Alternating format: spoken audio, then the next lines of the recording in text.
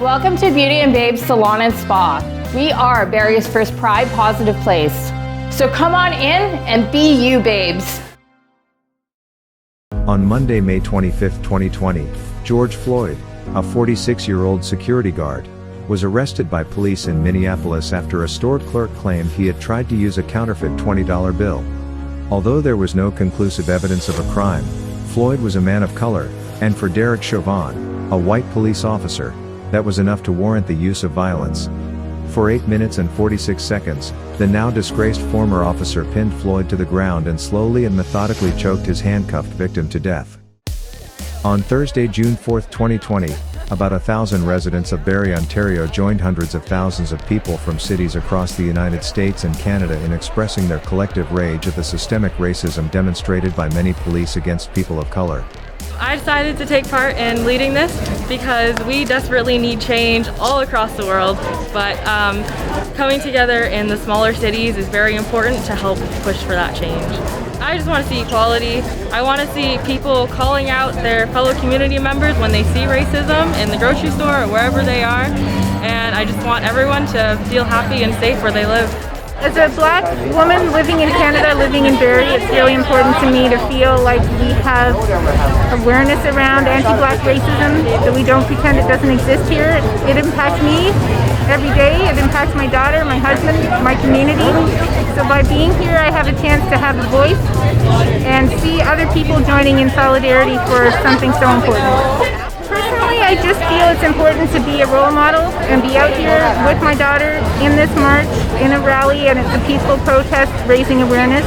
I think longer term we need to see change, and the change that has to be made is not because of Black people changing. It's because of everyone else changing and learning more about their unconscious bias, learning about the racism that they hold in them that they don't even know about. So if that can be the change bit by bit, then that's progress. I can support the cause, and I'm here just because I can do my diligence in ensuring the safety and the well-being of everybody that's coming to this event, and as opposed to just walking that does show a message, but actually being to help if anything does happen. I think it's a privilege to be able to do that. I want to stop having to go on the internet and see young Black men get gunned down with their hands up, gunned down while there's 6 or 7 officers on top of them at the same time. I'm just here to wake white people up. We need to stop being ignorant. We need to wake up to the facts and do something about it. All it does is shine a spotlight on racism here in Canada. It didn't mean that it wasn't here before. That's all it is. It's just people are fed up. They're sitting at home. Everybody's tuned in. They're online. They're watching the news. They're reading the headlines, and they're just done. They're done putting up with all the excuses, and we're ready for some action. It was just time to get out and do something. The news out of the States and certainly out of Toronto over the last little while has been deeply disturbing, as has a lot of the news around racial issues in Canada for a long time now. I'd like to see a greater celebration of diversity and a valuing of diversity.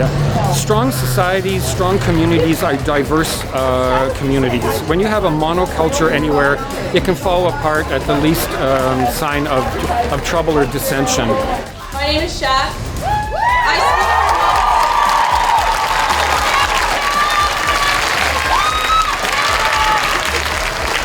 I speak for most of the young Black people in town. I work with a lot of the youth here in town that feel like they have been done injustice by their schooling system. Yes, ma'am! We live in a world where parents have to fear for their Black child's life strictly because of the color of their skin. Will they be treated fairly when shopping in the mall, or will they be profiled and followed around unnecessarily?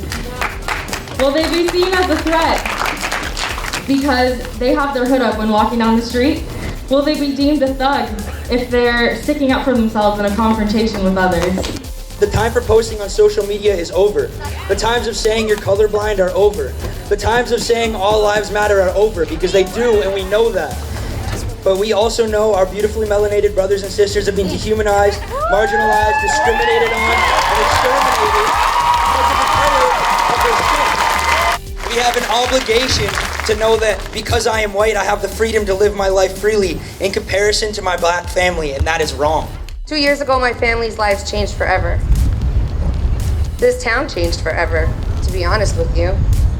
Nobody ever wants their loved one to become another statistic, another hashtag. I just wanted to say thank you. Thank you to all of you, all the white faces, all the yellow faces, all the brown faces, all the black faces, all the red faces, all the yellow fucking faces. I see it right now. There has to be justice for George Floyd. He was murdered. He was murdered in broad daylight by the very people who have promised to, and they swore to protect us. And the murderer, he knelt on his neck. I have a son. He did Police Foundation is buried. He didn't finish.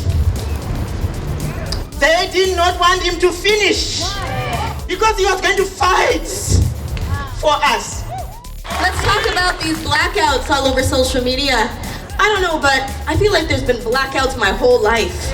And all the opportunities offered to black people in our communities, in our governments, in our systems.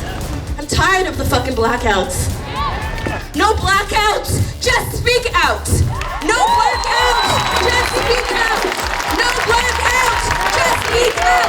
No blackouts, just speak out. No blackouts, just speak out.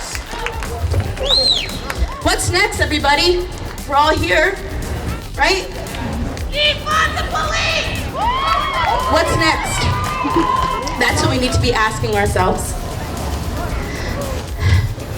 I have had the opportunity to be part of many different communities here. And it's important for me to wear my pride shirt because I am a proud black queer woman. So we were protesting outside of the Aurelia OPP headquarters, and we decided to walk around to the front of the building to let them know that we were leaving. I was the one who said, you know, I'm going to go up to the front because several officers had come down and promised us that they'd come meal with us, and you know, it had been an hour and I thought we're taking off soon, so I'm just going to go and bring my sign up and see if they wanted to join us. And the first thing that the officer did was he reached from his radio straight to his service pistol, and I just saw my entire life flash before my eyes, and I thought that I was going to become another statistic. So immediately Daniel's obviously asking if you just reach for his gun and take your hand off your gun, and all of us were kind of appalled, obviously, that would happen so brazenly. And then, you know, media was there, so they decided to report on the inflammatory part of it and not what had led to that, which I think is the problem that's going on everywhere, if I'm being honest, is that people want to vilify the protesters. They don't want to be uncomfortable with what is causing the protesting.